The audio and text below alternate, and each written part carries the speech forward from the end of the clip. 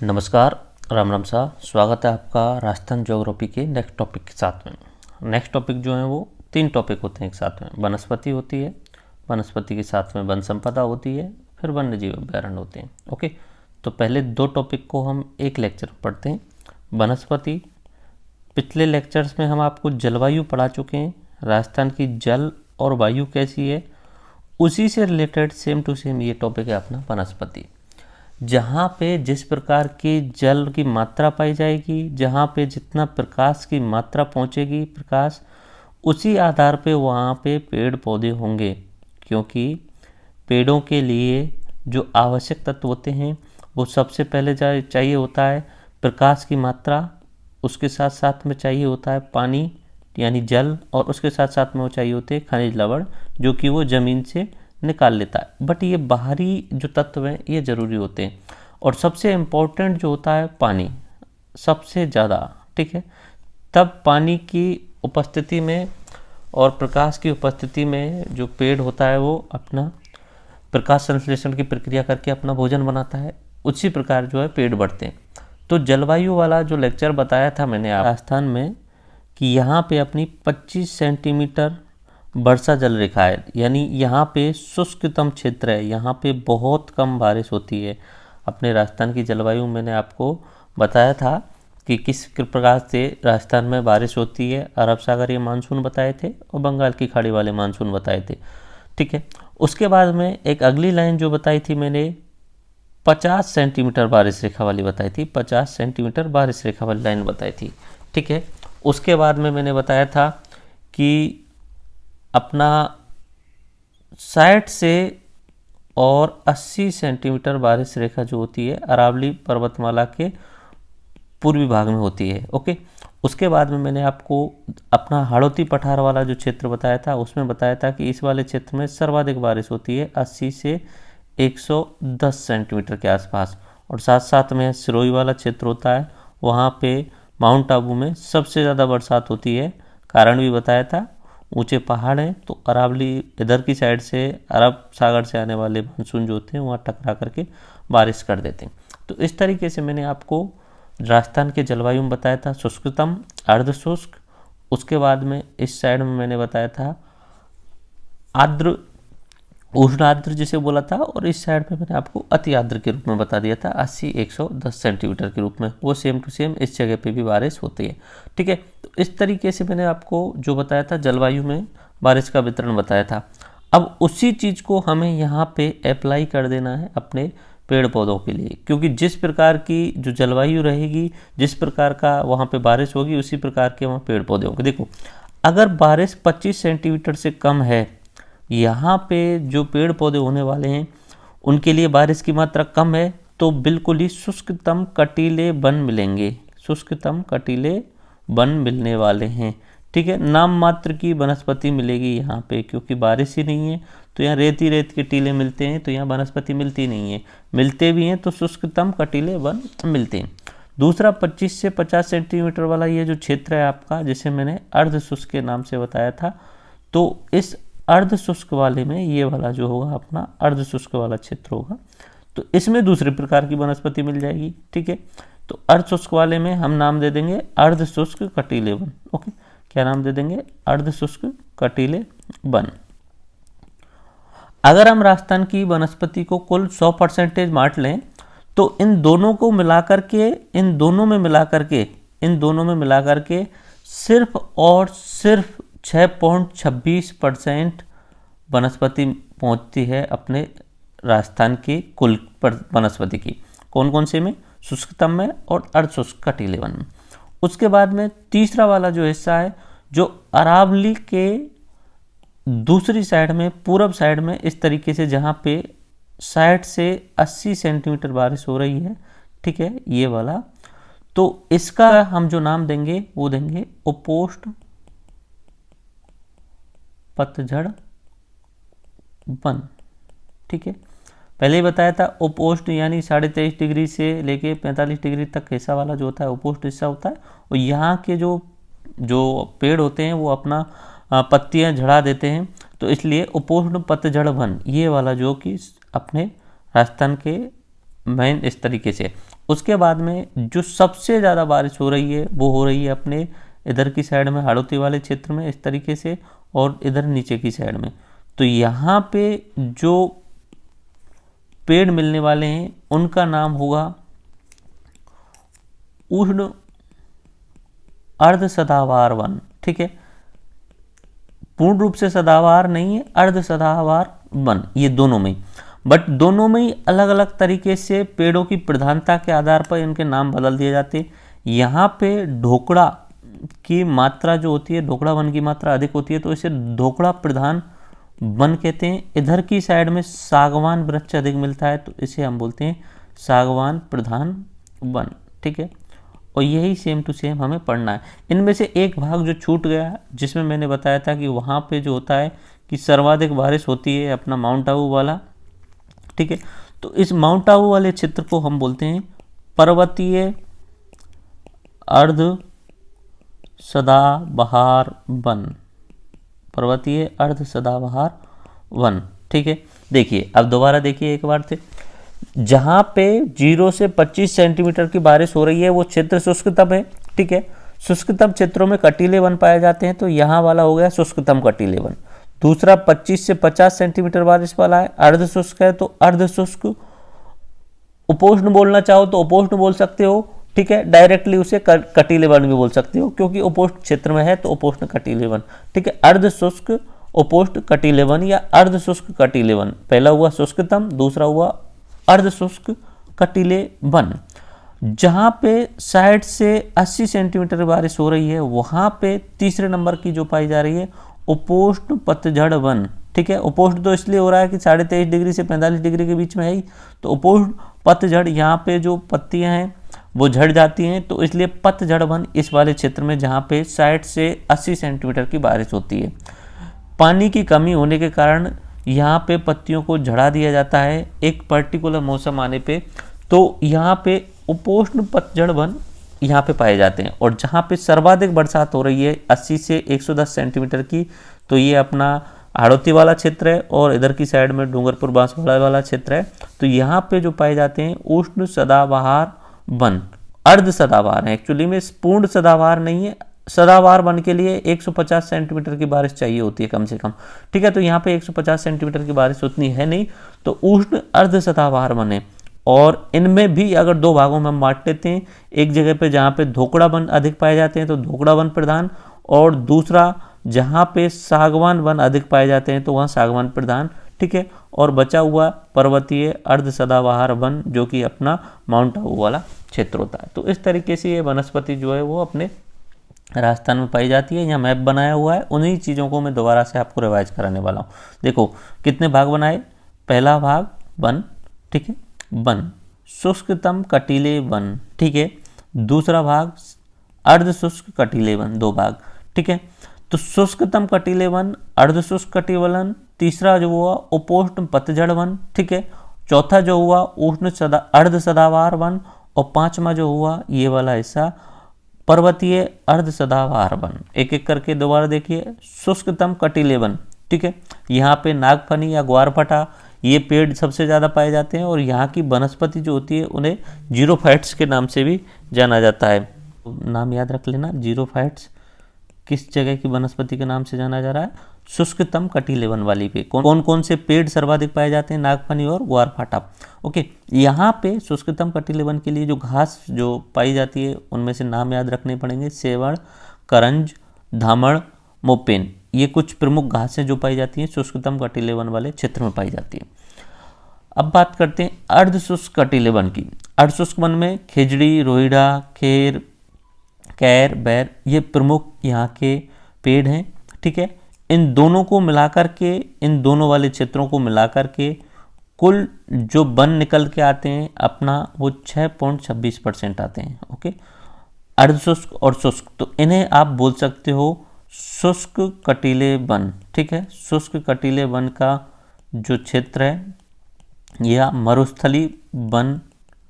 ठीक है, मरुस्थली वन जो है वो कुल 6.26% वाले प्रतिशत को कवर करते हैं। और अगर भौगोलिक डिवीजन की देखें तो मैंने आपको पहले ही बताया था करीब करीब 60% या 61% भौगोलिक विभाजन करते टाइम मैंने आपको बताया था ये दोनों कवर करते हैं।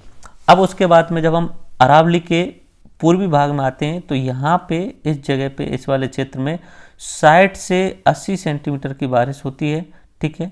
और इसके कारण यहाँ पे उपोष्ण पतझड़ वन पाए जाते हैं, उनमें प्रमुख है नीम, आंवला, पलास, ठीक है।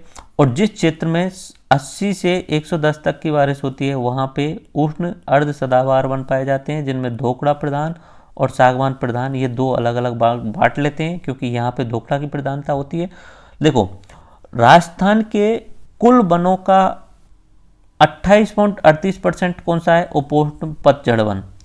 राजस्थान के कुल वनों का 58.11% कौन सा है? धोकड़ा प्रधान वन। राजस्थान के कुल वनों का 6.86% कौन सा है? सागवान प्रधान वन।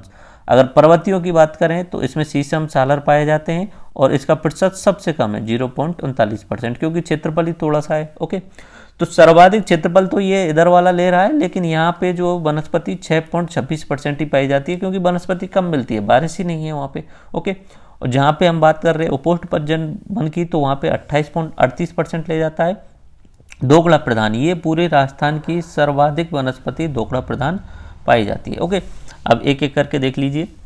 शुष्कतम कटीले वन, ठीक है, इस तरीके से शुष्क कटीले वन पाए जाते हैं, आपको इमेज में दिख रहा होगा। ओके, तो यहाँ पे पूरा रेगिस्तान है, झाड़ियाँ, कटीली झाड़ियाँ आपको नॉर्मली मिलती हैं।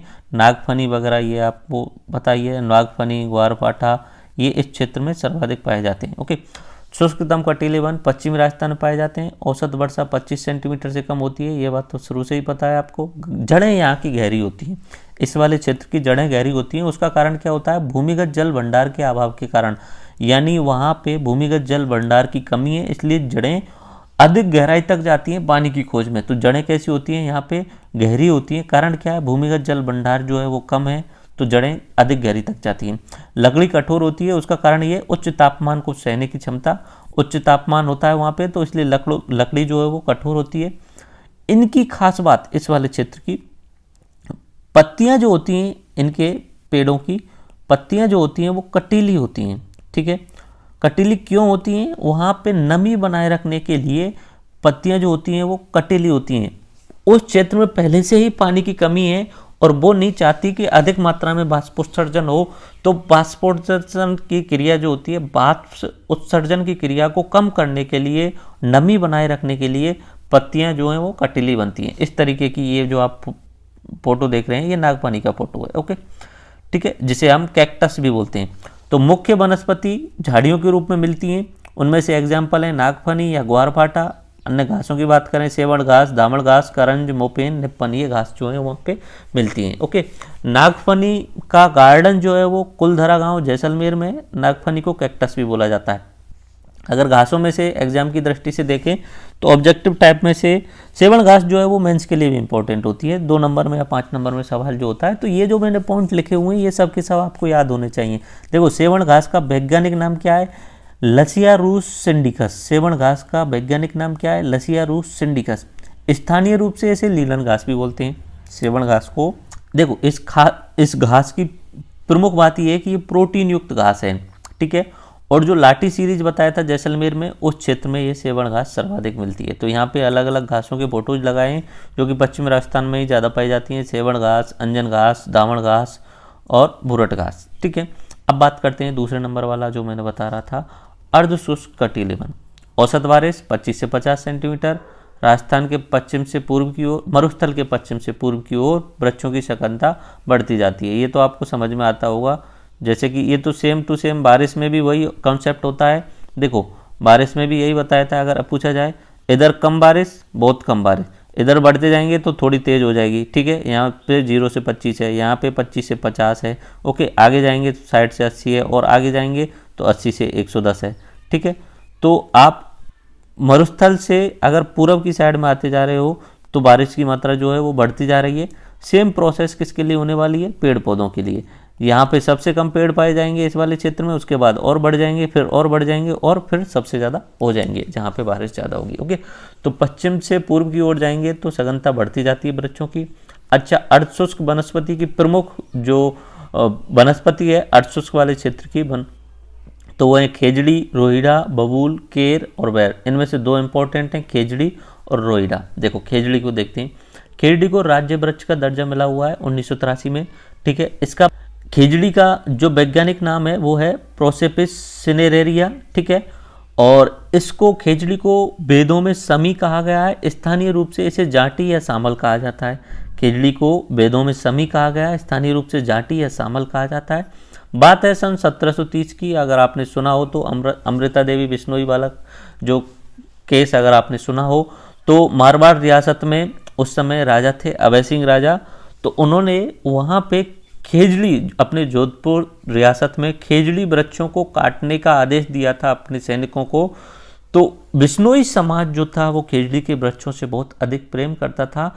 तो अमृता देवी बिश्नोई के नेतृत्व में खेजड़ी वृक्ष से वो चिपक गए और 363 व्यक्तियों को उन्होंने, जो मारवाड़ रियासत के सैनिक थे, उन्होंने पेड़ों के साथ में काट दिया था। तो ये बहुत बड़ा आंदोलन था जिसमें 363 व्यक्तियों ने बलिदान दिया था। ओके, दशहरे पे खेजड़ी की पूजा की जाती है। दशहरे पे खेजड़ी की पूजा की जाती है, फैक्ट याद रखना है। खेजड़ी की फलियों को सांगरी कहते हैं, ठीक है। और ये सांगरी जो होती है सब्जी बनाने के काम आती है और पंचकुटा सब्जियों में शामिल है। पंचकुटा क्या है? पंचकुटा ऐसी 5 औषधिपूर्ण सब्जियां हैं राज्य की जो औषधिपूर्ण है और सब्जी बनाने के काम में आती हैं, ठीक है। जिनमें से कौन सी इंपॉर्टेंट बताई मैंने? सांगरी तो बताई, काचरी, कुमट के बीज, गुंदा के फूल, सांगरी और कैर। ये 5 सब्जियां हैं जो कैसी हैं? औषधिपूर्ण हैं। तो इन्हें क्या बोला जाता है? पंचकुटा। ये राज्य के पंचकुटा हैं, 5 औषधिपूर्ण सब्जियां, ठीक है। काचरी, कुमट के बीज, गुंदा फूल, सांगरी और कैर। ओके, रोहिड़ा। रोहिड़ा राज्य पुष्प है 1983 से, ठीक है। खेजड़ी राज्य वृक्ष है, ठीक है, राज्य वृक्ष है। और रोहिड़ा का राज्य पुष्प है, राज्य फूल है, ठीक है। ये जो आप रोहिड़ा का वृक्ष देख रहे हैं तो इस पे फूल लेके आ रहे हैं, ये राज्य फूल है। ओके, तो ये कब से? 1983 में। 1983 में राज्य वृक्ष का दर्जा दिया गया खेजड़ी को। वैज्ञानिक नाम है टिकोमेला अंडुमेटा। टिकोमेला अंडुमेटा। इसे मारवाड़ी टीक या मारवाड़ी सागवान बोला जाता है। टीक यानी लकड़ी के लिए उपयोग में आने वाला पेड़, ठीक है। तो इमारती लकड़ी के कारण इसे क्या बोला जाता है? मारवाड़ी टीक या सागवान, मारवाड़ी सागवान। पुष्प के कारण इसे मरुशोभा भी कहा जाता है। तो यहाँ का रोहिड़ा का जो पुष्प है वो स्पेशल है, इसलिए तो राज्य पुष्प का इसे दर्जा मिला हुआ है। तो इसे पुष्प के कारण मरुशोभा कहते हैं। ओके, और शुष्कतम और अर्धशुष्क दोनों को मिलाकर के जो प्रतिशत निकल के आ रहा है 6.06% है। ओके, ये इतने वन पाए जाते हैं। और क्षेत्रफल की अगर बात करें तो 60% के आसपास क्षेत्रफल को ये दोनों कवर करते हैं। राज्य में सबसे बड़े भौतिक क्षेत्र पर ये विस्तारित हैं। ओके, अब हम बात करते हैं 3rd नंबर पे उपोष्ण पतझड़ वन के बारे में, ठीक है। इसका प्रतिशत कितना है? 28.38% कुल वन क्षेत्र का ये उपोष्ण पतझड़ वन पाए जाते हैं। अरावली के पूर्वी ढाले वालों हिस्से पे जहाँ पे 60 से 80 सेंटीमीटर बारिश हो। इनमें से मुख्य कौन कौन से हैं? पलाश, नीम और आंवला। ओके, पलाश, नीम और आंवला एक एक कर देखते हैं कौन सा इंपॉर्टेंट है। सबसे पहले पलाश। देखो, पलाश को हम ढाक भी बोलते हैं। इसका वैज्ञानिक नाम क्या है? ब्यूटिया मोनोस्पर्मा, ठीक है, ब्यूटिया मोनास्पर्मा। इसे वन की ज्वाला भी बोला जाता है पलाश को, ठीक है। होली त्योहार के आसपास लाल पीले रंग के फूल खिलते हैं इसमें, इसलिए वन की ज्वाला बोला जाता है इसे, ठीक है। मुख्यतः बनास नदी के बेसिन में ये मिलता है पलाश। आगे बात समझें। पलाश जिसे ढाक भी बोलते हैं, वैज्ञानिक नाम है ब्यूटिया मोनास्पर्मा। इसे वन की ज्वाला बोलते हैं, वन की ज्वाला बोला जाता है। होली त्योहार के आसपास यहाँ पे लाल पीले रंग के फूल खिलते हैं और बनास नदी के बेसिन में ये मिलता है। ये पलाश का पेड़ है और ये पलाश का फूल है, ठीक है, जो होली त्योहार के आसपास में खिलता है। इसे वन की ज्वाला बोला जाता है। खस। खस एक प्रकार की घास है, सुगंधित घास है, जिसका उपयोग इत्र एवं ठंडाई बनाने के लिए किया जाता है। धौलपुर, भरतपुर व सवाई माधोपुर क्षेत्र में ये पाई जाती है। ओके, ये हुआ अपना तीसरे प्रकार का। अब बात करते हैं चौथे प्रकार का, उष्ण अर्ध सदाबहार वन, जहाँ 80 से 110 सेंटीमीटर बारिश होने वाली है। ओके, पूर्ण सदाबहार नहीं बोल रहे हैं हम, अर्ध सदाबहार बोल रहे हैं। बोलने को सदाबहार भी बोल सकते हो नॉर्मली यहाँ पे, क्योंकि बारिश ठीक ठाक हो रही है। ओके, राज्य के दक्षिण तथा दक्षिण पूर्वी जिलों में 80 से 110 सेंटीमीटर औसत वर्षा वाले क्षेत्रों में ये विस्तारित है। वृक्ष प्रधानता के आधार पर इसे दो भागों में बांटा गया है, एक जहाँ पे धोकड़ा अधिक है, एक जहाँ पे सागवान अधिक है। तो धोकड़ा प्रधान वृक्ष और सागवान प्रधान, ठीक है। धोकड़ा प्रधान 58.11% क्षेत्र में पाया जाता है। सागवान प्रधान जो है वो ऑल ओवर वनस्पति का 6.86% भाग में पाया जाता है, ठीक है। ये किस क्षेत्रों में पाया जाता है? दक्षिण पूर्वी जिलों में पाया जाता है, ठीक है। और ये जो पाया जाता है उदयपुर, बांसवाड़ा, प्रतापगढ़ यानी दक्षिण जिलों में पाया जाता है। इस क्षेत्र में और मुख्य वनस्पति कौन सी है? तेंदू, सागवान, महुआ और बांस, ये अपने दक्षिण जिलों में उदयपुर, बांसवाड़ा, प्रतापगढ़ इन जिलों में पाई जाती है। और इस तरीके का आप जो इमेज देख रहे हैं ये जो है वो सागवान का पेड़ है, ये लकड़ी के काम आता है एक तरीके से, ठीक है। इमारती लकड़ी वगैरह इससे यूज में ली जाती है, ओके। अब इनमें से इन दो तीन को देख लेते हैं हम। तेंदू वृक्ष का राष्ट्रीयकरण 1976 में किया गया, 1976 में किया गया। इसकी पत्तियों का उपयोग बीड़ी बनाने के लिए किया जाता है। तेंदू की पत्तियों का उपयोग किस में किया जाता है? बीड़ी बनाने के लिए। कहाँ कहाँ मिलता है? उदयपुर, बांसवाड़ा, प्रतापगढ़ और सिरोही वाले क्षेत्र में। महुआ, देखो महुआ का नाम सुना ही होगा आपने। इसके पुष्प से देसी शराब बनाई जाती है, ओके। इसके फल का नाम है डोरमा, से तेल प्राप्त होता है जिसका उपयोग डिटर्जेंट उद्योग में किया जाता है। महुआ को आदिवासियों का कल्प वृक्ष कहा जाता है, ठीक है। आदिवासी जो है वो देसी शराब का सेवन करते हैं तो आदिवासियों का कल्प वृक्ष कहा जाता है महुआ को, ठीक है। कहाँ पाई जाती है? उदयपुर, बांसवाड़ा, प्रतापगढ़। अगर ध्यान भी ना रहे तो वही दक्षिण वाले जिलों में से तीनों नाम बोल देना, उदयपुर, बांसवाड़ा, प्रतापगढ़, डूंगरपुर, इस तरीके से, ओके। तो ये हुआ महुआ। उसके बाद में अगर बांस की बात करें तो बांस की खास बात यह है कि ये घास है एक प्रकार से, और विश्व की सबसे लंबी घास है ये, ठीक है। इसे आदिवासियों का हरा सोना कहा जाता है। कहाँ कहाँ पाया जाता है? बांसवाड़ा, सिरोही और उदयपुर वाले क्षेत्रों में पाया जाता है। सागवान, ये मुलायम इमारती लकड़ी वाला वृक्ष है, इमारती लकड़ी वाला वृक्ष है, ठीक है। और ये कहाँ पाया जाता है? प्रतापगढ़, उदयपुर, बांसवाड़ा वाले क्षेत्र में पाया जाता है। ये इमेज है, ठीक है। ये अपना सागवान वृक्ष है, ठीक है। तो ये इमारती लकड़ी के काम में आता है। लास्ट जो बचा हुआ अपना पर्वतीय अर्ध सदाबहार वन, ठीक है। माउंट आबू, सिरोही वाले क्षेत्र में पाया जाएगा। यहाँ पे बरगद, शीशम, सालर प्रमुख वनस्पति है। कुल कितना है? 0.39% भाग ये कवर करता है। देखो यहाँ पे जो मैंने ये जो टेबल बनाया है इसमें थोड़ा सा चेंज कर दिया है। इसमें क्या किया है मैंने? जो अपने जो मिलकर के जो आते हैं अपने पश्चिम मरुस्थल वाले शुष्क वाले क्षेत्र के, तो उनको कवर कर लिया है और उनको एक जगह पे मैंने यहाँ पे दे दिया है। जैसे उष्णकटिबंधीय कांटेदार वन जो हैं उन्हें एक जगह पे दे दिया है। अर्ध शुष्क और शुष्क को मिलाकर के एक जगह पे बोल दिया है, ओके। बाकी धोकड़ा और सागवान दोनों को अलग कर दिया है। धोक वालों को अलग कर दिया है, सागवान वालों को अलग कर दिया। तो सागवान वाला जो क्षेत्र है वो है 6.86। धोक वन वाला जो क्षेत्र है 58% है। ये किलोमीटर वगैरह आपको याद नहीं रखनी, कोई ज़रूरत नहीं है इनकी, ओके। और उत्तरी उष्ण कटिबंधीय शुष्क पतझड़ी, जहाँ पे पतझड़ी आ गया वो 28 ये मतलब अपना 60 से 80 सेंटीमीटर बारिश वाला जो क्षेत्र है 28.38 है। और अर्ध उष्ण कटिबंधीय सदाबहार वन, ये अपना पर्वतीय क्षेत्र वाला जो वन है वो है, ठीक है। इसमें आपको अलग से घबराना नहीं है, वही चीज़ें हैं मैंने दूसरे तरीके से यहाँ पे लिखवा दी हैं। देखो किस तरीके से उष्ण कटिबंधीय कांटेदार वन, यानी अपना जो पश्चिमी मरुस्थल वाला क्षेत्र है वहाँ पे जो वनस्पति पाई जाती है वो 6.26%, ओके। उससे आगे हम आएंगे उत्तरी वाले क्षेत्र में उष्ण कटिबंधीय या उपोष्ण बोल सकते हो, उष्ण कटिबंधीय शुष्क पतझड़ी, जहाँ पे पतझड़ी आ जाएगा यानी 60 से 80 सेंटीमीटर बारिश वाला 28.38%, ओके। उसके बाद में हम दोनों को ये दो बताए थे मैंने जिन्हें अपना उष्ण अर्ध सदाबहार वन बोला था। उनमें दो भाग मैंने अलग अलग निकाल दिए थे, एक निकाल दिया था सागवान वाला, एक निकाल दिया था धोक वाला। तो यहाँ दोनों को अलग कर दिया, धोक वाले का 58.11%, सागवान वाले का 6.86%, ओके। और ये अपना पर्वतीय वाला, ओके। ये इमेज है वही सेम टू सेम, इनको दोबारा से देख लीजिए। शुष्कतम कटीले वन का अन्य नाम, वहाँ पे जो वनस्पति पाई जाती है उसका नाम है जीरोफाइट्स। यहाँ पे बारिश 0.0 से 25 सेंटीमीटर। नाम जो पेड़ हैं प्रमुख नागफनी, वारफाटा। प्रमुख घासें हैं सेवण, करंज, धामण, मोपेन। अर्धशुष्क में प्रमुख जो पेड़ हैं खेजड़ी, रोईडा, खेर। खेजड़ी राज्य वृक्ष है, रोईडा राज्य पुष्प है, ठीक है।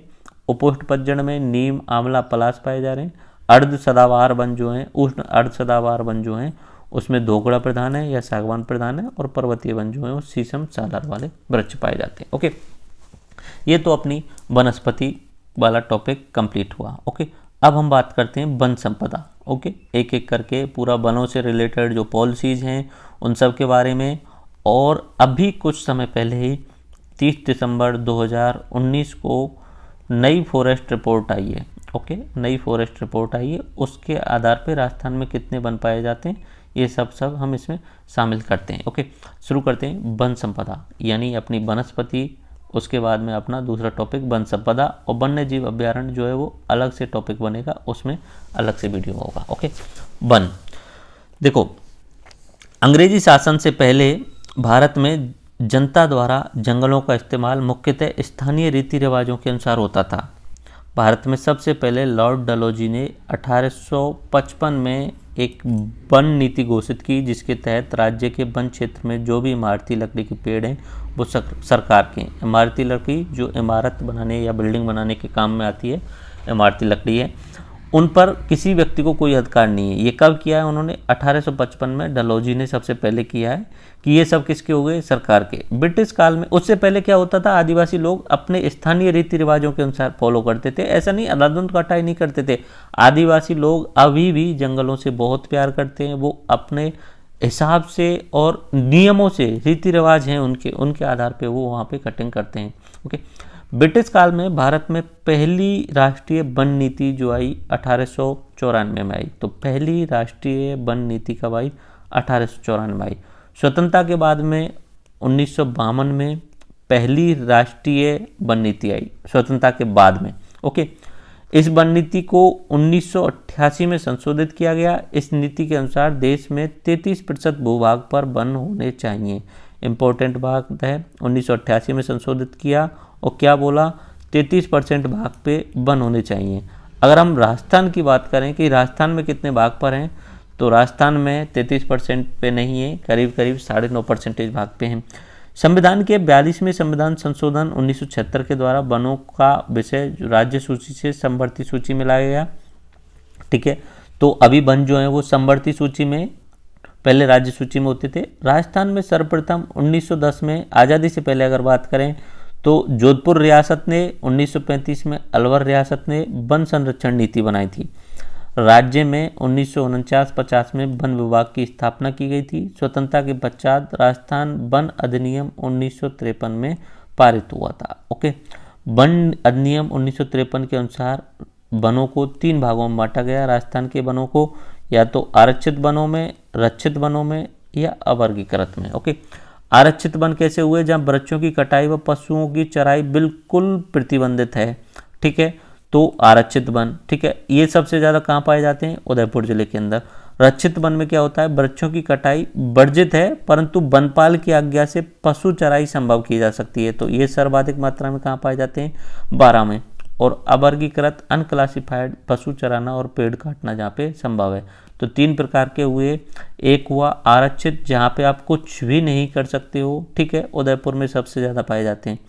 दूसरा हुआ अपना रक्षित, जहाँ पे आप जो है वनों को काट नहीं सकते हो, लेकिन वहाँ पे जो फॉरेस्टर्स होते हैं उनकी अनुमति से आप पशुओं को चरा सकते हो। और तीसरा हुआ अवर्गीकृत, ठीक है, अनक्लासिफाइड, जहाँ पे वन भी काट सकते हो और पशु भी चरा सकते हो।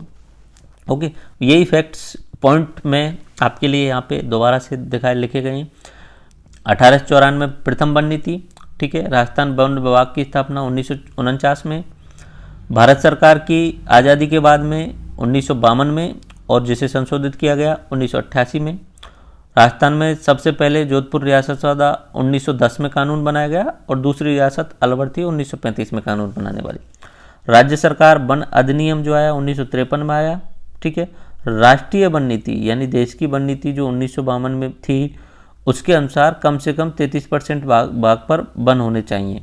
भारत में सर्वाधिक वन जो है वो एमपी में, और सबसे कम जो है वो पंजाब में। सर्वाधिक वन जो पाए जाते हैं मध्य प्रदेश में पाए जाते हैं, भारत के अंदर बात करें, और सबसे कम जो वन है वो पंजाब में है। ओके, क्योंकि पंजाब में जो वनों वाला जंगल है, क्योंकि पंजाब में घनी आबादी है तो वहाँ पे वनों के लिए जो जंगल होता था वो सब काट के खेती में यूज किया जाता है। ओके, तो राजस्थान के कुल क्षेत्रफल के 9.57% भाग पर, जबकि वन नीति कहती है कि 33% भाग पे होना चाहिए, और राजस्थान में 9.57% भाग पर जो है वो फॉरेस्ट कवर है, यानी कि 32,737 वर्ग किलोमीटर। ठीक है, राजस्थान का कुल क्षेत्रफल के 9.57% भाग पर फॉरेस्ट है, यानी 32,737 किलोमीटर स्क्वायर क्षेत्रफल पे जो है वो फॉरेस्ट कवर है राजस्थान के अंदर। ओके, ये 2019 के दिसंबर में जो फॉरेस्ट रिपोर्ट आई है उसके आधार पे मैं आपको बता रहा हूँ।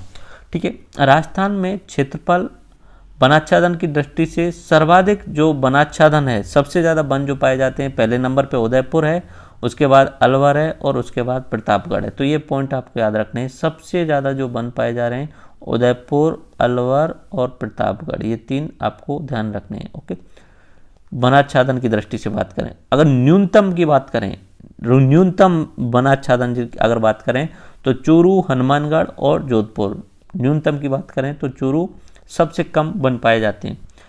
प्रतिशत की दृष्टि से अगर बात करें कि कितने प्रतिशत क्षेत्र पे वन है वहाँ पे, तो उसमें भी उदयपुर टॉप करता है, उदयपुर के बाद में आता है प्रतापगढ़। ओके, अगर प्रतिशत में न्यूनतम वन की बात करें तो जोधपुर, चूरू, नागौर और जैसलमेर। ये पॉइंट जो मैंने यहाँ पे बताए हैं ये अपने प्रीलिम्स लेवल के एग्जाम के लिए इंपॉर्टेंट होते हैं। ऑब्जेक्टिव टाइप के सवाल डायरेक्टली निकाले जाते हैं यहाँ से कि राजस्थान में न्यूनतम 1% वाला जिला कौन सा है तो जोधपुर, राजस्थान में सर्वाधिक 1% वाला जिला कौन सा है तो उदयपुर, न्यूनतम वन वाला जिला कौन सा है तो चूरू, प्रतिशत ना लगाएं तो चूरू, प्रतिशत लगा दें तो जोधपुर। घास के मैदान व चारागाह जिन्हें स्थानीय भाषा में बीड़ कहते हैं, विस्तृत रूप से झुंझुनू, सीकर, अजमेर के अधिकांश भागों में, भीलवाड़ा, उदयपुर व सिरोही के सीमित भागों में पाए जाते हैं।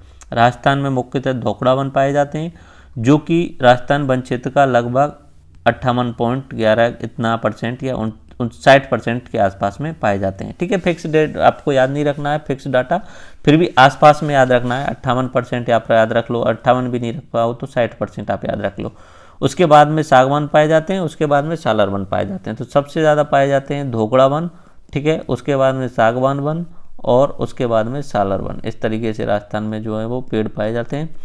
राजस्थान में वनों का मुख्य संकेंद्रण दक्षिण और दक्षिण पूर्व राजस्थान में ही है, पहले ही बता दिया था मैंने। जहाँ सर्वाधिक बारिश होगी वहाँ पे सबसे ज़्यादा, एक तो अपना इधर की साइड में सबसे ज़्यादा वन पाए जाएंगे और एक इस वाले क्षेत्र में, यहाँ धोकड़ा प्रधान वाले हैं, यहाँ सागवान प्रधान वाले हैं। ओके, राइट नाउ अपना इंडियन फॉरेस्ट रिपोर्ट जो आई है, ठीक है, 2019 की फॉरेस्ट रिपोर्ट 2019 की जो आई है उससे संबंधित कुछ इंपॉर्टेंट फैक्ट्स मैं आपको इंडिया लेवल के और राजस्थान लेवल के दोनों ही बता देता हूँ। इंडिया लेवल की बात करते हैं पहले।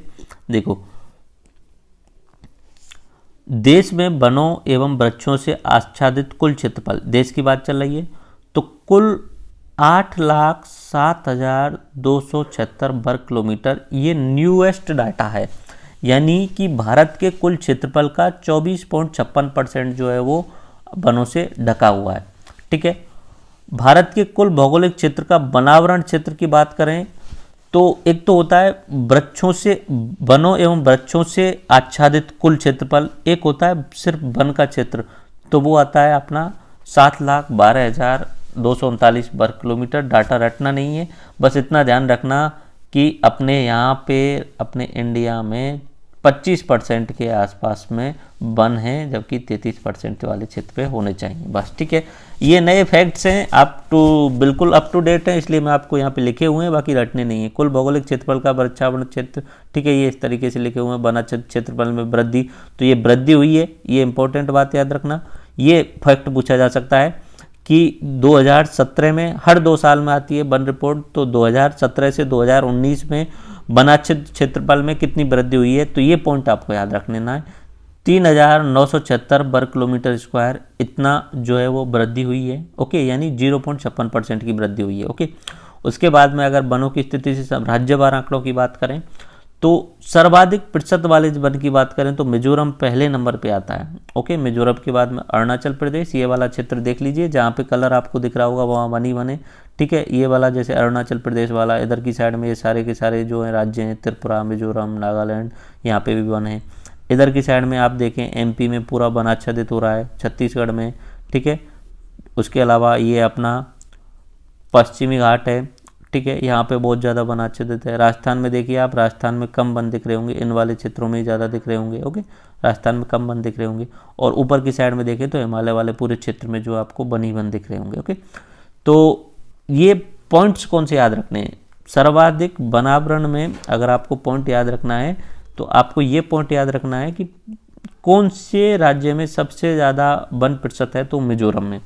अगर क्षेत्रफल की बात करें तो मध्य प्रदेश पहले नंबर पे आता है, अरुणाचल प्रदेश दूसरे नंबर पे आता है, ओके। तो सर्वाधिक वन क्षेत्रफल में पहले नंबर पे कौन आता है? मध्य प्रदेश। और सबसे कम वाला क्षेत्रफल की बात की थी तो पंजाब आता है, ओके। वन क्षेत्रफल में वृद्धि करने वाले शीर्ष राज्य है तो कर्नाटक में सर्वाधिक वन क्षेत्र में वृद्धि हुई है, ओके। तो बस ये फैक्ट जो है वो इंडिया लेवल पे याद रखने हैं। और ये राजस्थान लेवल का डाटा है जो मैं सेम टू सेम यहाँ पे आपके लिए लेके आ गया हूँ, वहाँ से उठा के मैंने सेम यहाँ पे डाल दिया है, जो वहाँ लिखा हुआ था रिपोर्ट में वही रिपोर्ट है एक्चुअली में, वो उस रिपोर्ट की ये कटिंग है। देखो, recorded forest area in the state is 32,737 kilometre square, ये 2019 का न्यूएस्ट डाटा है, ठीक है। ऑफ विच, जिसमें से 12,475 जो वो रिजर्व फॉरेस्ट हैं, ठीक है, आरक्षित हैं। उसके बाद में 18,217 जो हैं वो प्रोटेक्टेड हैं यानी रक्षित हैं, ओके। 3 बताए थे मैंने, एक तो बताए थे आरक्षित जहाँ पे आप कुछ भी नहीं कर सकते, दूसरा बताया था रक्षित, और तीसरा बताया था मैंने ओपन, ठीक है। तो अनक्लासिफाइड या अवर्गीकृत जिसे बताया था, ओके। तो आरक्षित वाला जो है वो कुल कितना निकल के आ रहा है? 12,475 किलोमीटर स्क्वायर वाला, ओके। रक्षित वाला निकल के आ रहा है 18,217 किलोमीटर स्क्वायर वाला। और अगर अनक्लासिफाइड फॉरेस्ट की बात करें तो 2,045 किलोमीटर स्क्वायर, ये जो निकल के आ रहा है अनक्लासिफाइड वाला निकल के आ रहा है, ओके। तो ये राजस्थान में during the period of 1 January 2015 to 5 February 2019 it total 2,834 यानी 2,834 hectare of forest land was diverted for non forestry purpose, यानी इतना हेक्टेयर पिछले 4 सालों में 2,834 हेक्टेयर जो है वो अपना जंगलों से काट करके हमने जो अन्य जो काम होते हैं जैसे अपना खेती वगैरह उनमें कन्वर्ट कर दिया है, ठीक है। अंडर दी ये अपना जो काम होता है फॉरेस्ट कन्वर्जन एक्ट 1980, उसके बाद में as per the information received from the state during the last 2 years a total of 42,633 hectare of plantation was raised, ठीक है। जो पिछले 2 साल में इतना जो पौधारोपण किया गया है। राजस्थान में 5 नेशनल पार्क हैं, ठीक है, 5 नेशनल पार्क हैं, ये डाटा न्यूएस्ट डाटा है। 25 वाइल्ड लाइफ सेंचुरीज हैं, 11 कंजर्वेशन रिजर्व हैं, ठीक है। उसके बाद में constitute the protected area network in the state covering 2.92%, इन सबको मिला के 3% के आसपास जोग्राफिकल एरिया आता है। राजस्थान में 3 टाइगर प्रोजेक्ट हैं, रणथंभौर में, सरिस्का में और मुकुंदरा हिल्स में, ये नेक्स्ट टॉपिक में हम पढ़ने वाले हैं, ओके। और 2 रामसर साइट्स हैं, कैलादेव घना सेंचुरी और सांवर लेक। ये नेक्स्ट टॉपिक जो होगा अपना वन्यजीव अभ्यारण्य, तो उसमें नेशनल पार्क, वन मृग अभ्यारण्य, टाइगर रिजर्व्स, उसके अलावा ये अपना वन्यजीव अभ्यारण्य जो भी हैं सारे के सारे हम देखने वाले हैं, ओके। फॉरेस्ट कवर की बात जो की वो मैंने यहाँ पे बता दिया है, ठीक है। और इसमें ये अलग अलग भाग बांटे गए हैं, very dense forest, medium dense forest, open forest, इस तरीके से है। ये जो है कुछ डायग्राम टाइप में, बट फैक्ट्स जो है मैंने यहाँ पे आपको बता दिए हैं। कुल मिला के ये फैक्ट आपको याद रखने हैं कि पहली बात तो कितने क्षेत्रफल जो है वो बने, ये अपना 32,737, कितना परसेंटेज है? 9.5% के आसपास में। आरक्षित कितना है? 12,475, रक्षित 18,217, अवर्गीकृत 2,045, और इतना हेक्टेयर जो कन्वर्ट हो गया है। और ये जो डाटा बताया मैंने 5 national park, 25 wild life sanctuary, ये नेक्स्ट टॉपिक में हम पूरा का पूरा मैप के साथ में हम देखने वाले हैं, ओके, ठीक है। यही बातें वो जो मैंने वहाँ पे बताई थी वो यहाँ पे लिखी हुई हैं, ठीक है। अपनी रिपोर्ट है forest survey of India state of forest report, ठीक है, इंडिया की स्टेट ऑफ फॉरेस्ट रिपोर्ट के अनुसार कितने क्षेत्रफल पे 32,737 वर्ग किलोमीटर क्षेत्रफल पे वन है। ओके, भौगोलिक क्षेत्रफल 9.57 आ रहा है, ठीक है, और भारत का 4.28% आ रहा है। कानूनी स्थिति के आधार पर सरकार ने इस वन क्षेत्र को 3 वर्गों में वर्गीकृत कर दिया है। आरक्षित में 38%, संरक्षित में 55% और अवर्गीकृत में 6.25%। ओके, यही रिपोर्ट के फैक्ट मैंने यहाँ पे एक बार और लिखे हुए हैं। 15वीं रिपोर्ट हुई थी 2017 में, 16वीं रिपोर्ट हुई है 2019 में, ठीक है। कुल जो वन क्षेत्र है पहले जो था उससे अब कम हो गया है, 2017 में 32,000 था, अभी 32,828 था, अभी 32,737 हो गया, यानी पहले की तुलना में कमी आई है, ठीक है। कितना परसेंटेज है ये है, ओके। उसके बाद में ये फैक्ट जो है प्रीलिम्स लेवल के वाले, देखो सर्वाधिक वन क्षेत्र वाले जिले उदयपुर, अलवर, प्रतापगढ़, बारां, पहले भी मैंने आपको बता दिए थे, यहाँ रिवाइज करा रहा हूँ। सर्वाधिक वन क्षेत्र पे उदयपुर, अलवर, प्रतापगढ़ और बारां, ठीक है। ये इमेज अगर आप देखेंगे तो उदयपुर वाले क्षेत्र में आपको वन दिख रहे होंगे, ठीक है, अलवर वाले में दिख रहे होंगे, प्रतापगढ़ वाले क्षेत्र में भी दिख रहे होंगे, ठीक है, और बारां वाले क्षेत्र में। तो सर्वाधिक वन क्षेत्र पर अगर प्रतिशत की बात करें तो उदयपुर पहले नंबर पे, प्रतापगढ़ दूसरे नंबर पे, सिरोही और करौली तीसरे चौथे नंबर पे। न्यूनतम की बात करें तो चूरू, हनुमानगढ़, जोधपुर, श्रीगंगानगर। अगर न्यूनतम में प्रतिशत की बात करें तो जोधपुर, चूरू, नागौर, जैसलमेर। ओके, यहाँ पे कुछ दिवस भी आपको याद रखने होते हैं, ठीक है। ये अपना वन एवं पर्यावरण से संबंधित दिवस यहाँ पे मैंने लिखे हुए हैं। एग्जाम में कुछ पूछा जा सकता है, कुछ भी पूछा जा सकता है, तो मैंने छोड़ा कुछ भी नहीं है, आपके लिए बेस्ट से बेस्ट मटेरियल यहाँ पे प्रोवाइड किया है, ठीक है। हो सकता है चीज़ें बड़ी हो रही हों, लंबे टाइम लग रहा हो, बट चीज़ें बेस्ट हैं। आपको इनको अलावा कहीं कुछ और पढ़ने की जरूरत नहीं पड़ेगी। देखो वन एवं पर्यावरण से संबंधित दिवसों की बात करें, देखो खेजड़ी दिवस कब मनाया जाता है? 12 सितंबर को। वन महोत्सव 1 से 7 जुलाई तक। ओके, विश्व पृथ्वी दिवस 22 अप्रैल को, विश्व ओजोन दिवस 16 सितंबर को, अंतर्राष्ट्रीय जैव विविधता दिवस 22 मई को, विश्व वानिकी दिवस 21 मार्च को, विश्व पर्यावरण दिवस 5 जून को, वन्य जीव प्राणी सप्ताह 1 से 8 अक्टूबर को। ओके, ये जो दिवस है प्रीलिम्स लेवल के यूजफुल है, रिवाइज करा देता हूँ। वन्य जीव प्राणी सप्ताह दिवस 1 से 8 अक्टूबर, विश्व पर्यावरण दिवस 5 जून, विश्व वानिकी दिवस 21 मार्च, ठीक है, अंतर्राष्ट्रीय जैव विविधता दिवस 22 मई, विश्व ओजोन दिवस 16 सितंबर, विश्व पृथ्वी दिवस 22 अप्रैल, वन महोत्सव 1 से 7 जुलाई, खेजड़ी महोत्सव 12 सितंबर। ओके, तो अभी हम वनों के प्रमुख उत्पादों को देख लेते हैं। ओके, देखो गोंद, ठीक है, ये चौहटन बाड़मेर वाले क्षेत्र में ये सर्वाधिक पाया जाता है, ठीक है। कदम वृक्ष से गोंद उतारा जाता है नॉर्मली, बाकी अन्य वृक्षों से भी मिलता है, लेकिन कदम वृक्ष से सर्वाधिक मात्रा में ये गोंद पाया जाता है। कत्था, ये उत्पाद हैं वनों के उत्पाद, यानी उनके प्रोडक्ट जो निकल के आ रहे हैं। ओके, ये खदड़ से प्राप्त होता है, इसे खैर भी कहते हैं। इसका वानस्पतिक नाम जो है वो एकेसिया कैटेचू है। कहाँ पाया जाता है कत्था का?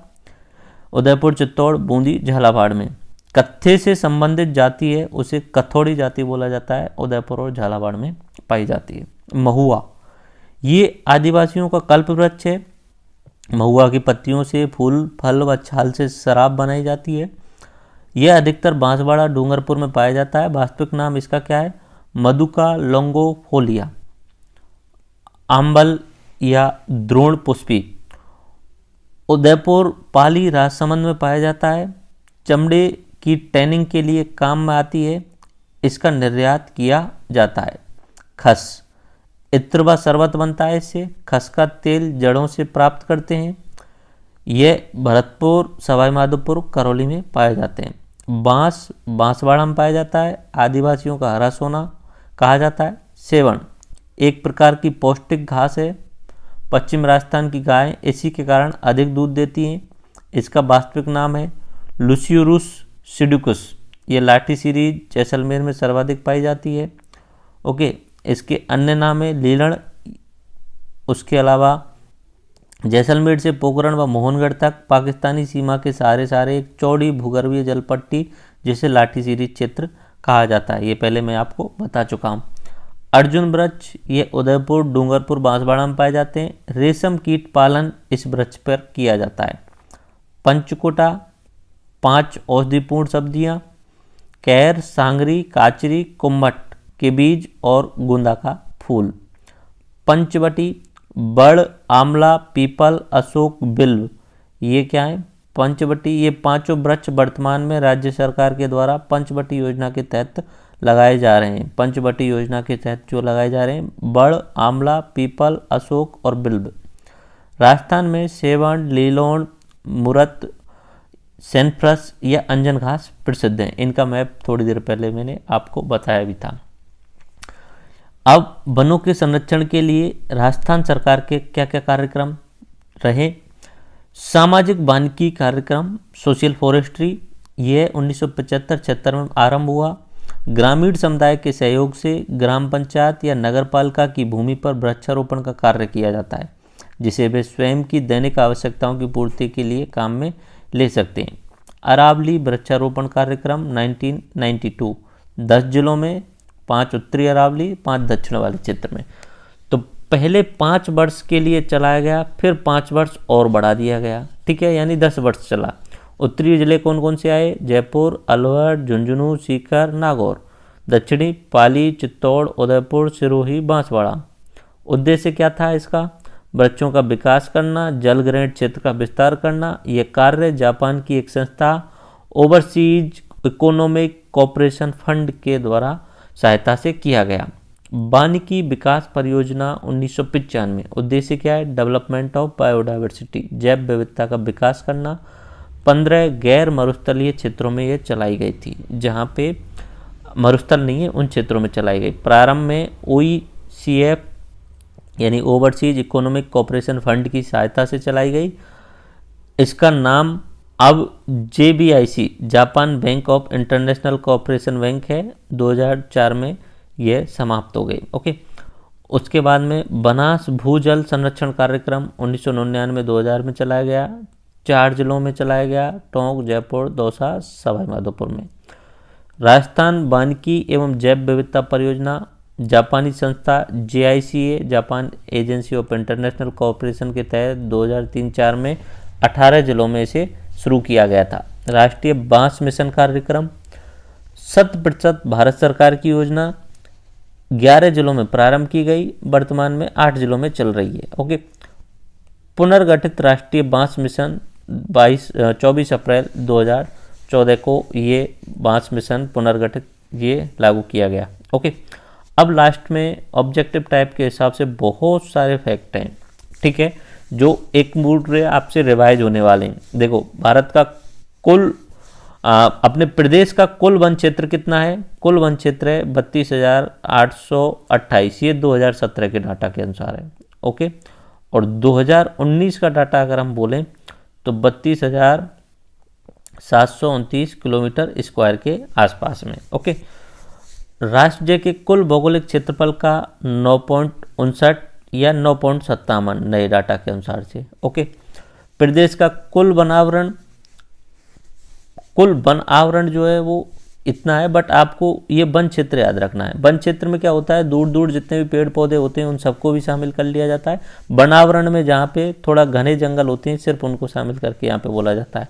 ओके, ये फैक्ट जो है वो आपको ध्यान नहीं रखते हैं। देश में वन क्षेत्र की दृष्टि से 9वां स्थान राज्य का है, ये ध्यान रखना है। अगर प्रति व्यक्ति वनावरण या वृक्षावरण की बात करें तो 0.04 हेक्टेयर निकल के आता है। ये फैक्ट ज़्यादा आपको याद नहीं रखने, बट इनमें से एक तो 9वां स्थान आ रहा है और प्रति व्यक्ति पे इतना ध्यान रख सकते हो, ठीक है। कुल कार्बन स्टॉक 89 मिलियन टन का है। 3 जैविक पार्क हैं, सज्जनगढ़ उदयपुर में, नाहरगढ़ जयपुर में और माचिया पार्क अपना जोधपुर में। चौथा जैविक पार्क जो है वो बीछवाल बीकानेर में स्थापित करने की घोषणा हो चुकी है। नेचर पार्क जो है वो चूरू के अंदर है। जैव विविधता के लिए साबेला जलाशय डूंगरपुर में ये जैव विविधता के लिए प्रसिद्ध है। कपूरचंद कुलिस स्मृति वन जो है वो जयपुर में झालाना वाले क्षेत्र में है। राजस्थान में खैर वन झालावाड़, कोटा, बारां, चित्तौड़ व सवाई माधोपुर में पाए जाते हैं। खैर वाले झालावाड़, कोटा, बारां, चित्तौड़गढ़ इनमें पाए जाते हैं। आदिवासियों का हरा सोना किसे कहा जाता है? बांस को कहा जाता है। बागड़ का चीकू, टिमरू जो है उसे बागड़ का चीकू कहा जाता है। विभूति पार्क उदयपुर में है। ये फैक्ट है, फैक्ट और फैक्ट, सिर्फ और सिर्फ फैक्ट जो है वो यहाँ पे लिखे हुए हैं ऑब्जेक्टिव टाइप के हिसाब से। ओके, सवाई तेज सिंह के शासनकाल में 1947 में फॉरेस्ट सेटलमेंट पुनरीक्षण पुस्तक, ये अलवर में पीली किताब तैयार की गई थी। तो ये इंपॉर्टेंट फैक्ट है। पीली किताब जो है वो पूछी भी जा चुकी है। पीली किताब क्या है? अलवर में, ठीक है, आज़ादी के टाइम से पहले ही 1947 में सवाई तेज सिंह के समय पे फॉरेस्ट सेटलमेंट पुनरीक्षण पुस्तक तैयार की गई थी। पंचकुंड नर्सरी अजमेर में 1879 में स्थापित की गई प्राचीनतम पौधशाला है। ओके, रेगिस्तान के प्रसार को रोकने के लिए उपयोगी वृक्ष जो है वो खेजड़ी माना जाता है। आकलबोर्ड फॉसिल पार्क, आकलबोर्ड फॉसिल पार्क जो है वो जैसलमेर में है। आकलबोर्ड जीवाश्म पार्क जैसलमेर में। राज्य की प्रथम वन नीति जो है वो 2010 में, इस नीति के अनुसार राज्य में संपूर्ण भाग के 20% भाग को वृक्षाच्छादित करने का लक्ष्य रखा। इंडिया की वन नीति के अनुसार जो है वो 33% पे राज्य ने जो नीति बनाई है उसमें हमारे अभी 9.57% भाग पे है, लेकिन उद्देश्य कितने का रखा है? हमें 20% पे पहुंचना है। सामाजिक वानिकी कार्यक्रम 5वीं पंचवर्षीय योजना में शुरू किया गया 1975-76 में, बताया मैंने आपको थोड़ी देर पहले। राजस्थान में चंदन वन जो पाए जाते हैं वो हल्दी घाटी में पाए जाते हैं या देलवाड़ा क्षेत्र में पाए जाते हैं। घास की प्रजातियों के नाम प्रमुख हैं, ऐसे धामड़, करड़, अंजन, मुराल, या ऐसे पूछा जा सकता है धामड़ क्या है, करड़ क्या है, तो ये घास की प्रजातियां हैं। कैक्टस गार्डन जो है वो कुलधरा जैसलमेर में है। हरित राजस्थान योजना 2009 में शुरू हुई थी। हर्बल गार्डन पुष्कर अजमेर में है। बंधन योजना 2015-16 के बजट में शुरू की गई थी। वर्तमान में 13 वन व्रत हैं, यानी फॉरेस्ट सर्किल हैं, 13 फॉरेस्ट सर्किल हैं अपने राजस्थान में। ओके, सर्वाधिक वन दोगड़ा के वन पाए जाते हैं। मरुस्थल का सागवान, मरुटीक, राजस्थान की मरु से शोभा किसे बोला जाता है? रोहिडा को बोला जाता है, यानी मैंने पहले बताया था, जिसका वानस्पतिक नाम टिकोमेला अंडुलेटा है। रोहिडा को 1983 में राज्य पुष्प घोषित किया गया था। राज्य का सबसे छोटा वन मंडल जो है वो सिरोही मंडल है, और सबसे नया जो है वो वन मंडल। कुल मिला के 13 फॉरेस्ट सर्किल्स हैं। ओके, अगर बात करें कुछ समाज और उनसे संबंधित पवित्र पेड़ों के बारे में, तो मुंडा जो समाज है वो महुआ उनके लिए पवित्र पेड़ है। बिश्नोई समाज के लिए खेजड़ी पवित्र पेड़ है। ओडिशा की जनजातियां इमली को पवित्र मानती हैं, और बौद्ध समुदाय पीपल के पेड़ को, क्योंकि भगवान बुद्ध का एनलाइटनमेंट पीपल पेड़ के नीचे हुआ था। राजस्थान में शुष्क सागवान वृक्षारोपण हेतु उपयुक्त जिले, शुष्क सागवान के वृक्षारोपण हेतु डूंगरपुर, बांसवाड़ा, उदयपुर, ये उपयुक्त जिले हैं सागवान के वृक्षारोपण, क्योंकि सागवान जहाँ पाया जाता है उसी क्षेत्र में सागवान वृक्षारोपण। नीम के वृक्ष में पुष्प जो है वो मई और जून में खिलते हैं।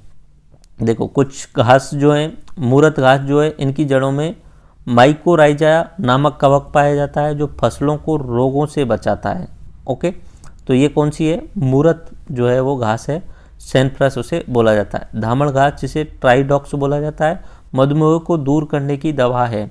कांग्रेस घास या गाजर घास जिसे बोला जाता है, तो अमेरिका से आयातित गेहूं के साथ इस खरपतवार के बीज भारत में आए। यह जयपुर जिले में सर्वाधिक पाई जाती है। चर्म रोग व अस्थमा इसी के कारण वाहक के रूप में कार्य करती है। रेगिस्तान वनारोपण एवं भू संरक्षण केंद्र जोधपुर में है। प्रत्येक बच्चा एक पेड़ का लक्ष्य स्कूली कार्यक्रम में 6ठी पंचवर्षीय योजना में चलाया गया था। राज्य में जीवों की रक्षार्थ पहला बलिदान 1604 में जोधपुर रियासत के रामसड़ी गांव में कर्मा और गौरव नामक व्यक्तियों के द्वारा दिया गया था। तो अमृता देवी जो है उनका जो आंदोलन आता है वो बाद में आता है। पहला जो यहाँ पे बलिदान जो दिया गया था जोधपुर रियासत में ही कर्मा और गौरा नामक व्यक्तियों के द्वारा दिया गया था। खेजड़ी या जिसे समी वृक्ष कहते हैं, राजस्थान का कल्प वृक्ष है ये। इसकी फली को सांगरी कहते हैं जो सुखाकर सब्जी के रूप में प्रयुक्त होती है। इसकी पत्तियां लूम या चारे के रूप में प्रयुक्त होती हैं। खेजड़ी का वैज्ञानिक नाम है प्रोसेसिप सिनेरिया, ये याद रखना है, प्रोसोपिस सिनेरिया, ठीक है, प्रोसोपिस सिनेरिया ये याद रखना है, काफ़ी बार पूछा गया है। अन्य नाम कल्पवृक्ष है, राजस्थान का गौरव है। थार का कल्पवृक्ष है। दशहरे के दिन खेजड़ी की पूजा की जाती है। गोगा जी व झुंझावर बाबा के मंदिर के या थान जो है वो खेजड़ी वृक्ष के नीचे ही हैं। ओके, खेजड़ी वृक्ष को पंजाबी व हरियाणी भाषा में जाटी बोला जाता है, तमिल भाषा में पेमे बोला जाता है, कन्नड़ में बन्ना बन्नी, सिंधी भाषा में छोकड़ा और बिश्नोई समाज के द्वारा इसे समी और स्थानीय भाषा में सीमलो और 1983 में से राज्य वृक्ष घोषित किया गया। तो ये तो इतने ज़्यादा इंपॉर्टेंट नहीं है बट ऑब्जेक्टिव के हिसाब से। 12 सितंबर को खेजड़ी दिवस मनाया जाता है। प्रथम खेजड़ी दिवस जो मनाया गया था 12 सितंबर 1978 को मनाया गया था। वन्यजीव संरक्षण के लिए दिए जाने वाला जो पुरस्कार है अमृता देवी वन्यजीव पुरस्कार है। ठीक है, इसकी शुरुआत जो की गई थी 1994 में की गई थी। प्रथम अमृता देवी वन्यजीव पुरस्कार गंगाराम बिश्नोई को दिया गया था। विश्व का एकमात्र वृक्ष मेला खेजड़ी में ही भरता है, खेजडली में भरता है। खेजडली गांव जो है वो वहाँ पे सन 1730 में जोधपुर के राजा अभय सिंह के समय अमृता देवी बिश्नोई ने 363 नर नारियों सहित खेजड़ी वृक्षों को बचाने हेतु बलिदान दिया था। इस उपलक्ष्य में प्रतिवर्ष भाद्रपद शुक्ल दशमी को विश्व का एकमात्र वृक्ष मेला भरता है। पर्यावरण संरक्षण हेतु 1994 में अमृता देवी स्मृति पर्यावरण पुरस्कार जो प्रारंभ किया गया था। राज्य की क्षारीय लवणीय भूमि पर इमली का वृक्ष अधिक वृद्धि रखते हुए अच्छी उपज दे सकता है। तो जहाँ पे क्षारीय लवणीय भूमि है वहाँ पे इमली का वृक्ष अच्छा होता है। ओरण, ओरण का मतलब क्या हुआ? ओरण मतलब जब धार्मिक स्थलों के आसपास वाला वो क्षेत्र जहाँ पे जो वो आखेट और वन कटाई बिल्कुल निषिद्ध है। ओके, तो ओरण ऐसा क्षेत्र जहाँ पे धार्मिक स्थलों के आसपास वाला वो क्षेत्र जहाँ पे आखेट यानी शिकार नहीं किया जा सकता और वन कटाई नहीं किया जा सकते। ब्राह्मण के अनुसार जब कैर व समी यानी खेजड़ी के वृक्षों पर फूलों के असामान्य वृद्धि होती है तो इस वर्ष दुर्भिक्ष होता है, यानी कुछ बुरा होता है, इस तरीके से बोला हुआ है। तो ये पॉइंट याद रखने का नहीं है।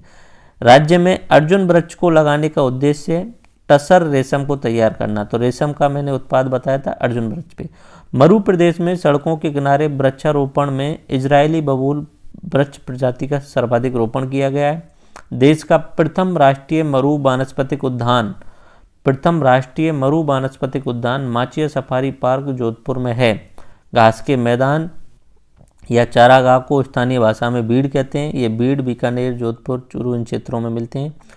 राजस्थान पर्यावरण नीति बनाने वाला पहला राज्य है और 2010 में राजस्थान जो है वो पहली पर्यावरण नीति लेकर के आया और 22 अप्रैल को उन्होंने लागू की थी 2010 में। तो यानी पृथ्वी दिवस था उस दिन। तो पृथ्वी दिवस के दिन राजस्थान ने राज्य पर्यावरण नीति लागू की थी। ये पहला राज्य ऐसा है जो पर्यावरण नीति लेके आया था। केंद्रीय प्रदूषण नियंत्रण बोर्ड के अनुसार ये 2010 की बात है, अभी तो इसमें ध्यान नहीं रखना है। ठीक है, अभी नए डाटा आ चुके हैं, वो मैं आपको डिस्कशन वीडियो में कंफर्म कर दूंगा। नई वन नीति 17 फरवरी 2010 को लागू की गई है। ओके, वही और 13 फॉरेस्ट सर्किल हैं। जोधपुर क्षेत्रफल की दृष्टि से सबसे बड़ा वन मंडल है। उदयपुर सर्वाधिक वन क्षेत्र वाला वन मंडल है। ओके, उसके बाद कुछ एक और पॉइंट्स बचे हैं, उन्हें और देख लीजिए। शुष्क वन अनुसंधान संस्थान, ठीक है, शुष्क वन अनुसंधान संस्थान जोधपुर में है। ठीक है, 1988 में इसकी स्थापना की गई थी। 1994 में अमृता देवी जो है पुरस्कार दिया जाता है, 1 लाख रुपए दिए जाते हैं। ठीक है, संस्था को और व्यक्तिगत किसी व्यक्ति को 50,000 दिए जाते हैं। 2017 में डॉक्टर रागिनी शाह को ये पुरस्कार मिला था। राजीव गांधी पर्यावरण पुरस्कार विश्व पर्यावरण दिवस पर प्रदान किया जाता है, 5 जून को प्रदान किया जाता है। मरुधरा बायोलॉजिकल पार्क बीकानेर में, दादू पर्यावरण संस्थान टोंक में। 2015 का अमृता देवी पुरस्कार जलधारा विकास संस्थान भीलवाड़ा को दिया गया। तो ये राजस्थान का अपना मैप है, वनों का, फॉरेस्ट कवर वाला मैप है। ठीक है, सबसे ज़्यादा वन आपको उदयपुर वाले क्षेत्र में, इधर अलवर में दिख रहे होंगे, प्रतापगढ़ में भी दिख रहे होंगे, और अगर बात करें तो बारां, चित्तौड़गढ़ इन क्षेत्रों में दिख रहे होंगे। बाकी इधर की साइड में भी आपको वन दिख रहे होंगे, अरावली वाले क्षेत्र में भी दिख रहे होंगे। तो सर्वाधिक वन तो इन क्षेत्रों में आपको दिख रहे होंगे। ओके, तो ये राजस्थान का जो 2019 वाला जो फॉरेस्ट कवर मैप आया हुआ है उसके आधार पे है। भारतीय वन सर्वेक्षण के द्वारा दिया गया, फॉरेस्ट सर्वे ऑफ इंडिया के द्वारा यह दिया गया। ओके, और इस तरीके से अपना राजस्थान की वनस्पति एवं वन संपदा वाला टॉपिक जो है वो कंप्लीट हुआ, जिसमें हमने वनों का भौगोलिक वर्गीकरण देखा, वन संपदा देखी, वन रिपोर्ट 2019 देखी, वनों के उत्पाद देखे, वन संरक्षण कार्यक्रम देखे, अन्य महत्वपूर्ण तथ्य जाते जाते रिवाइज किए। मोर इम्पोर्टेंट बात ये थी कि आपको वन किस प्रकार के पाए जाएंगे उसका थोड़ा सा आपको याद रखना था। तो उसमें सबसे बड़ा इम्पोर्टेंट रोल निभा रहा था बारिश। जहाँ जितनी बारिश होगी वहाँ पे, यहाँ पे जैसे 0 से 25 सेंटीमीटर वाला, इधर की बात करें तो ये 25 से 50 सेंटीमीटर वाली बारिश, ठीक है। इधर की साइड में 60 से 80 सेंटीमीटर वाली बारिश, यहाँ पे 80 से 110 वाली, यहाँ पे भी 80 से 110, और इस जगह पे अपना माउंट आबू है तो सिरोही वाला क्षेत्र जो है वहाँ पे 150 के आसपास भी हो जाती है, ठीक है। तो यहाँ वाला जो क्षेत्र था वहाँ पे शुष्कतम कटीले वन पाए थे, ठीक है। उनमें मैंने खास बात बताई थी, पत्तियों में कांटेदार होती हैं, ठीक है, उनका जो तना होता है वो मजबूत होता है। इस साइड में भी मैंने आपको बताए थे 25 से 50 सेंटीमीटर में अर्धशुष्क कटीले वन बताए थे, जिनमें सबसे इम्पोर्टेंट खेजड़ी और रोहिड़ा वाले बताए थे। इधर की साइड में हमने बताए थे उपोष्ण पतझड़ वन बताए थे 60 से 80 वाले सेंटीमीटर वाले क्षेत्र में, ठीक है। यहाँ पे इस वाले नीम आंवला वाला। उसके बाद में हमने बात की थी यहाँ पे सर्वाधिक वर्षा होती है, तो यहाँ पे उष्ण अर्ध सदाबहार, पूर्ण सदाबहार तो नहीं बोला था, अर्ध सदाबहार, तो इसे भी 2 भागों में बांट दिया था, एक तो धोकड़ा प्रधान और दूसरा था सागवान प्रधान। और इस वाले क्षेत्र में मैंने आपको जो बताया था वो बताया था पर्वतीय अर्ध सदाबहार वन, ठीक है। तो इस तरीके से अपना राजस्थान की वन एवं वनस्पति एवं वन संपदा वाला टॉपिक कंप्लीट होता है। अगला टॉपिक हम जो देखते हैं वाइल्ड लाइफ सेंचुरी वाला, इसमें हम नेशनल पार्क देखेंगे, वाइल्ड लाइफ सेंचुरी देखेंगे, उसके अलावा जो भी इम्पोर्टेंट फैक्ट होंगे वो सारे के सारे यहाँ पे हम देख लेंगे।